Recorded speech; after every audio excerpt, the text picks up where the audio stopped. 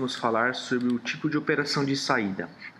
Bom, para quem já viu o vídeo falando sobre os pilares da tributação, o tipo de operação de saída é um deles, né? Então, recordando lá do vídeo que nós falamos sobre o assunto, um dos pilares é o cadastro do cliente, o cadastro do produto é um outro pilar, o cadastro da NCM é um outro pilar, o cadastro da CFOP e, por último, o tipo de operação de saída ou o tipo de operação de entrada. Então, o relacionamento entre esses 5 pilares é o que vai desenhar o processo tributário, né?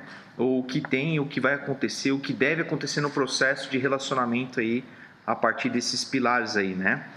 E hoje nós iremos falar sobre o processo de operação de saída. Então, o tipo de operação de saída, ao qual a gente, durante o processo de implantação, em alguns momentos vocês escutam a gente falando sobre TOI e TOS, né? O que é o TOI e TOS? É o tipo de operação de entrada, TOI, ou o tipo de operação de saída, o TOS, né? Então, aqui, basicamente, nós iremos cadastrar todo tipo de relacionamento que eu faço com o mundo externo, né? Não importa se é uma venda que vai gerar financeiro, se é um movimento de remessa de brinde que não gera financeiro, mas tem alguns outros comportamentos, enfim. Aqui é tudo que minha empresa hoje se relaciona com o mundo externo. Então eu tenho esses tipos aqui de exemplo, né? Muitos deles aqui são relacionamentos com estoque de controle de terceiro, para a parte de gestão de SPED, enfim, complementar, devolução, faturamento, e existem as vendas, né? Então, no processo de venda normal, por exemplo, a gente vai explicar alguns campos a partir deste cadastro para ficar fácil, tá? Eu vou fazer, obviamente, um overview muito simplório da tela, né? Que o objetivo hoje é a gente só relembrar aqui, mas, obviamente, a parte de treinamento ali durante o processo de implantação, ela se faz mais profunda, né, no conhecimento. Então, vamos lá. Bom, o nome, né, que eu vou dar, então, no meu caso, uma venda normal. O processo de venda, então, ele é uma venda, né, e vai aparecer em outras notas fiscais, então é importantíssimo isso aqui sempre estar marcado no processo de venda.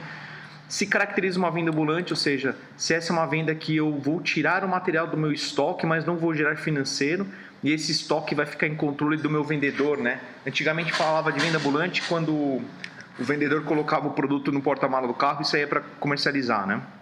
Bom, se esse tipo de operação é uma importação, aí o sistema obviamente vai sensibilizar outras ações, da mesma forma com o processo de exportação, ou se esse tipo de operação é uma venda de serviço aí para empresas que executam o processo de serviço. Existe aqui também a opção da transferência, quando eu trabalho com várias empresas do mesmo grupo e eu quero transferir estoque entre elas, existe uma facilidade apresentada aqui no tipo de operação para esse processo. Outras notas fiscais para apresentar no processo de outras notas, como eu mencionei.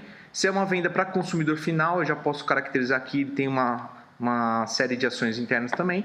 Uma narrativa, eu posso colocar lembretes para esse tipo de operação, é uma narrativa interna, só para me recordar para que foi confeccionado aquela operação.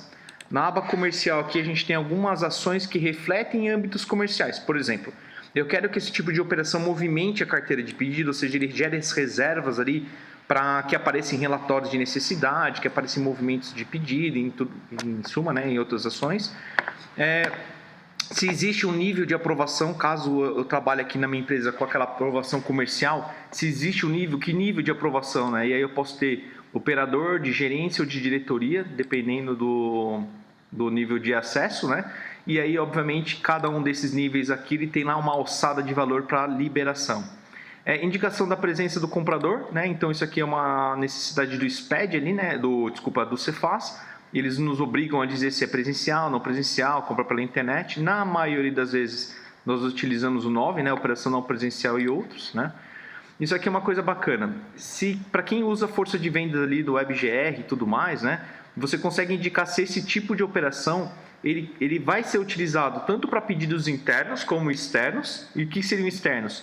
Esses pedidos que são realizados em força de vendas ou que sejam realizados por vendedores que não são operadores internos. Então, eu posso determinar que tipo de operação que eu quero que apareça na tela das pessoas, tá? Se permite uma tabela de preço de transferência para quem usa aquele processo de transferência que eu mencionei. E aí tem tratativas de venda triangular, de tipo de operação de venda à ordem, né? Se eu quero que participe, esse tipo de operação vai participar dos meus relatórios gerenciais, ou seja, ele aparece lá como opção de seleção, né? Isso é importante porque às vezes a gente vê aqueles relatórios de resultado de faturamento, resultado de vendas, e aí quando você vai na listagem de tipo de operação, aparece um monte de tipo de operação, às vezes até poluindo a tela. Então esse carinha aqui é o que vai determinar o que faz sentido aparecer lá, o que não faz sentido, né? O tipo de operação requer contrato para quem usa o serviço, se calcula despesa como o frete como despesa acessória, né? Isso é muito importante lá. Às vezes tem alguns fretes que precisam estar como despesa acessória. O tipo de cálculo de frete, provavelmente quando eu seleciono isso aqui fica disponível para eu poder verificar como é que eu vou calcular.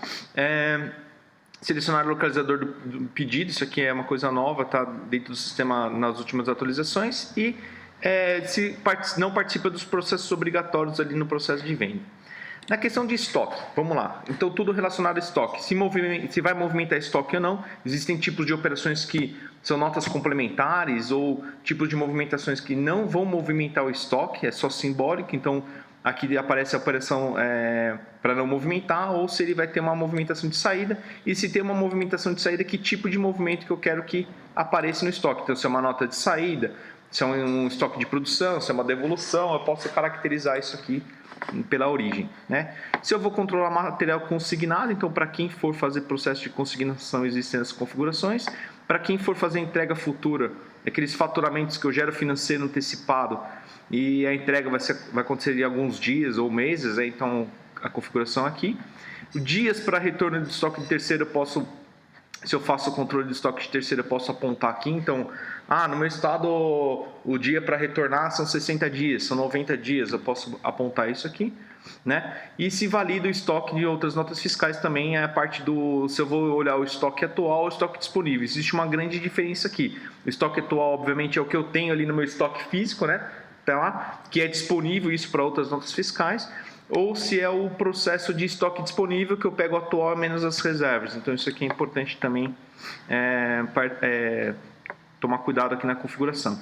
Não participa do cálculo de necessidade de compra por rotatividade, então eu não quero que apareça esse tipo de operação lá no meu cálculo de rotatividade. Eu quero que apareça e eu vou marcando e desmarcando aqui conforme a minha necessidade. Em âmbitos financeiros, se tem substituição tributária nos meus processos comerciais, nessa venda normal, como é que eu quero que gere uma ordem de recebimento ou uma ordem de pagamento, dependendo da situação, e se gera, qual que é o elemento de custo e o centro de custo que eu quero que gere. Isso aqui tem a configuração na parte ST.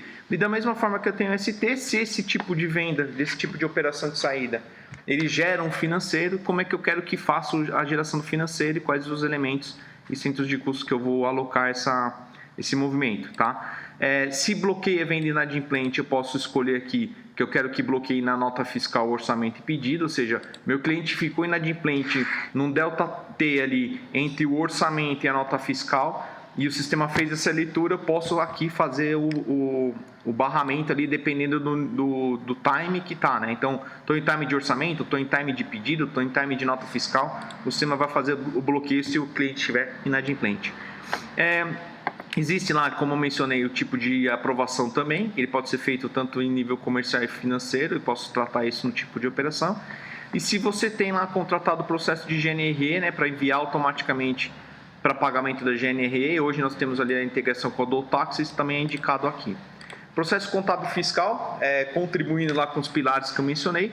Então, aqui no processo do processo de contábil fiscal, eu vou ditar a finalidade de nota fiscal, se é uma nota normal, complementar, ajuste ou devolução, isso é importantíssimo, tá? Se é devolução, ele já faz a amarração com a nota de entrada, enfim, né? Posso colocar uma descrição complementar aqui no processo de natureza de operação, modalidade dos cálculos de ICMS e ICMS-ST, o tipo de nota fiscal referenciada, isso é importante, né? Eletrônica, simplória, enfim. Aqui é onde o tipo de operação vai se comportar dentro do processo. Então, por exemplo, se o meu produto é de industrialização, a finalidade dele é de industrialização, ele vai puxar uma sequência 101 na CFOP, se tiver ST ele vai puxar 401. Se o meu produto é de comercialização ou revenda de alguma forma, ele vai puxar o 102, ele vai puxar o 403. Isso aqui a gente determina junto com a contabilidade ali, dependendo do tipo de produto que você está produzindo ali pela empresa. Existem as configurações se vai gerar substituição tributária ou DIFAL, se busca um complemento de CFOP para a parte de ST, se busca um complemento ali na aquisição de ST, se esse tipo de operação ele sensibiliza a redução de base de cálculo, tanto de ST quanto base própria, se ele busca um segmento contábil auxiliar, tá? Isso aqui é importantíssimo para quando a gente tem aqueles clientes que Ah, é 101, mas ele é fora da curva porque o PIS e COFINS ou o ICMS tem um diferimento, tem uma isenção, tem um comportamento diferente, né? E se eu preciso enviar uma tag, no caso de medicamento, isso aqui é importante aqui para rastreabilidade. Em outras infos, a série padrão, né? Então, eu trabalho com 2 ou uma série, eu posso indicar uma série padrão. Essa aqui é o processo de integração com terceiros, da NeoGrid, a série, enfim, né? Na parte de anexos, eu posso definir um anexo para poder somar junto com esse tipo de operação e sair nos impressos automáticos. E na vinculação do tipo de operação, para quem usa mais de um tipo de operação no pedido, ou seja, eu estou vendendo e remetendo a amostra grátis, estou vendendo e controlando terceiro, ou estou prestando um serviço de industrialização e estou retornando o material para o cliente no mesmo pedido. Ou seja, aqui você consegue vincular os tipos de operação para ele aparecer lá, ficarem disponíveis na seleção lá no pedido de venda. Legal?